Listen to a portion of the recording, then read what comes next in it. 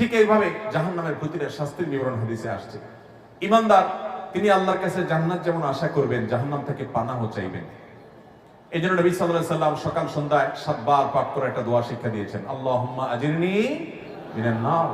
হে আল্লাহ, আপনি আমাকে জাহান্নামের আগুন থেকে রক্ষা করেন। ভাইরা আমার, আল্লাহর জাহান্নামের ভয়ে শেষ কবে চোখের পানি ফেলার সুযোগ হয়েছে নিজেকে একটু জিজ্ঞাসা করি।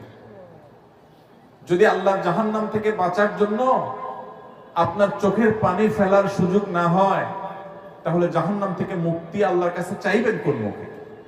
আল্লাহর কাছে জাহান্নাম থেকে পানা চাইবো তো ইনশাআল্লাহ। এই মজলিসে আল্লাহর কাছে পানা চাই। আল্লাহ, আপনি জাহান্নামের আযাব থেকে আমাদেরকে হেফাজত করুন, আমাদেরকে নাজাত এবং মুক্তি নসিব করুন, আমাদেরকে আপনি রক্ষা করুন। আল্লাহ জান্নাতমুখী কাজ করার তৌফিক দান করুন।